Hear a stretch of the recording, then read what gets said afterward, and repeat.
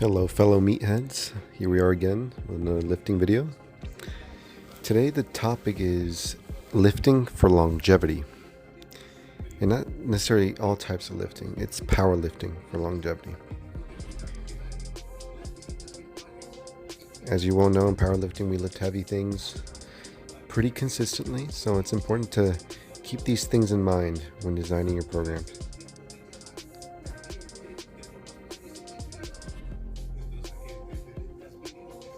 First one is varying your intensity.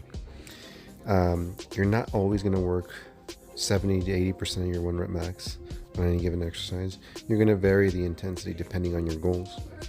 If you're going through a hypertrophy phase right after a competition, or you just want to add a little bit of mass to your frame, then you're going to keep the weights relatively moderate, 60 to 80% of your 1 rep max for multiple reps.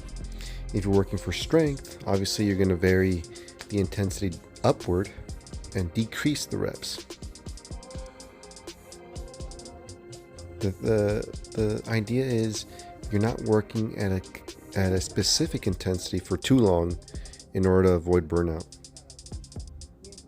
You're always going up and down to give the body a break from all the lifting. But not only that, to make training fun, you know?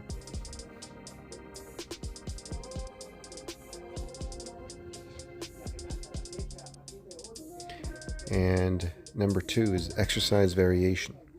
So for exercise variation, I'm referring to the types of exercise you do, the types of implements you use, whether you use dumbbells, kettlebells, barbells, that doesn't matter, cables, bands, varied types of exercise you do, the angles at which you perform them, whether you're lying down, standing up.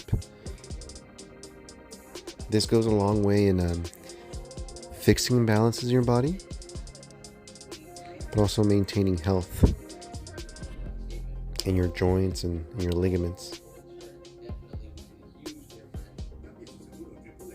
Here in this video, you can see me doing a kettlebell pullover.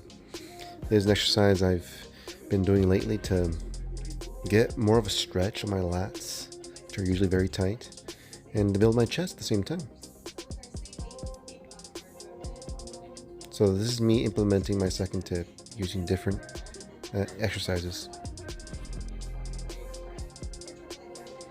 Okay, here's my third, proper warm-up and cool down.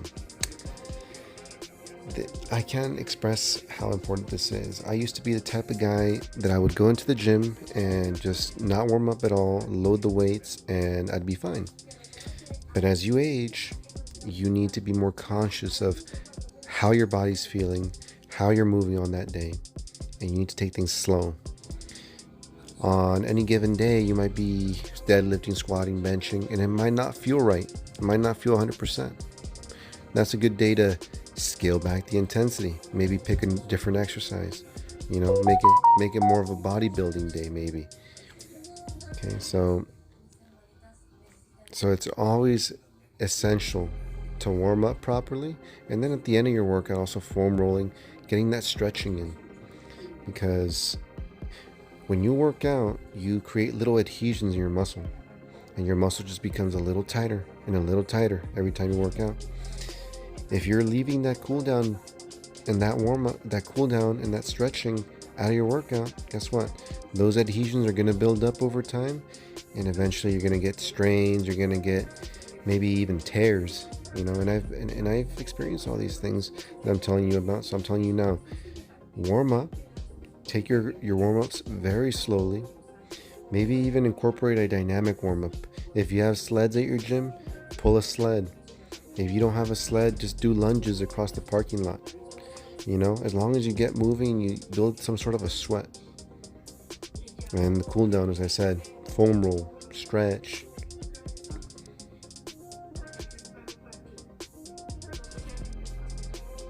Okay. Fourth tip. And this is this might be the most important one: sleep, hydration, and nutrition. Okay, If you're not sleeping adequate amount of time, if you're not getting your 7 to 8 hours a night, chances are you're not going to perform the way you want to in the gym. And I'm guilty of not sleeping at all. I am a morning person. I like to wake up early, but I also like to stay up late sometimes. So I can't tell you how important it is to have a regular sleeping schedule so your body can get used to it, like a baseline. Hydration. With me at work, I try to drink at least 3 or 4 liters a day. Okay, obviously that's not always possible. Sometimes I drink too much caffeine with the hydration, and I end up, getting rid of some of my hydration throughout the day. But I always make it a point to drink enough water, especially on workout days. Try to drink at least a liter of water before going to the gym, just so your muscles are well hydrated and there's no risk of injury, like a pulled muscle or something.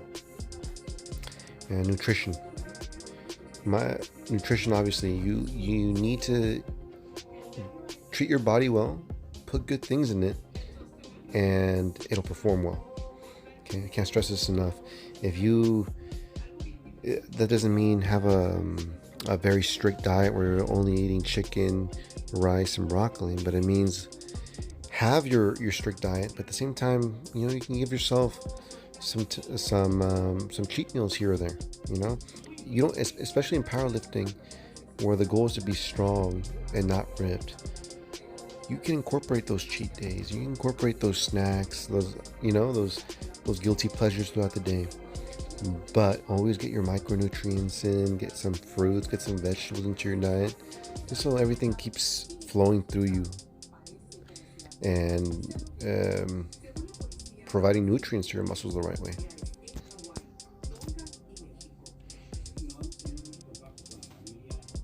So these were just a few of my most recent workouts. Just trying to fix some balances in my body, trying to fix my hips, which have been giving me problems lately. So far, so good. Been incorporating low bar into my routine lately, as well as sumo. Both are progressing very well. Had a little mishap with deadlift recently, where I kind of pulled my lat a little bit, because I wasn't practicing the things I'm saying in this video. Even I'm guilty of that. But hopefully, within the next week or two, I'll be back to my normal numbers again, and we'll see. This is I was doing sets. I did 4 sets of 6 with 295 this day, and again the weight felt not light, not heavy on my back, just felt neutral. Wasn't wearing a belt. As you can see, I was just holding my breath and doing 3, 4, 5 reps, which is good. It's a good sign. It means my fitness is up.